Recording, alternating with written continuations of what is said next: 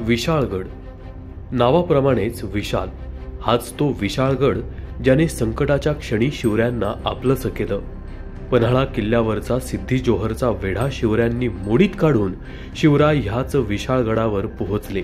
परंतु महाराजांना विशाळगडावर सुखरूप पोहोचवण्यासाठी बाजीप्रभू देशपांडे, फुलाजी देशपांडे व बांदल सेनेने सिद्धी जोहरच्या सैन्याला यमसदनी पाठवून आपल्या प्राणाची आहुती स्वराज्यासाठी दिली। ऐतिहासिक पार्श्वभूमी असलेला व शिवरायांचा सहवास लाभलेला विशाळगड आज मात्र गुदमरतोय।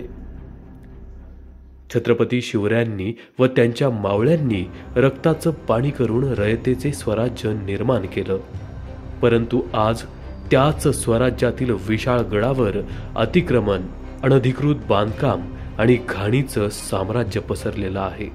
महाराष्ट्रात आज असे अनेक गडकिल्ले आहेत, त्यावर अतिक्रमण होत आहेत। या अतिक्रमणामुळे गडाचे पावित्र्य धोक्यात आहे।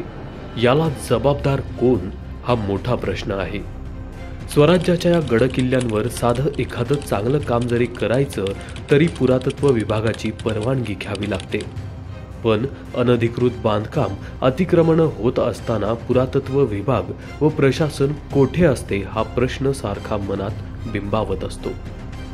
राज्य सरकारने विशाळगडावरील अतिक्रमण हटवण्यासाठी 1,17,00,000चा निधी दिला, त्याचं पुढं काय झालं? निधी देऊन सुद्धा अतिक्रमण शेवटी हटलंच नाही।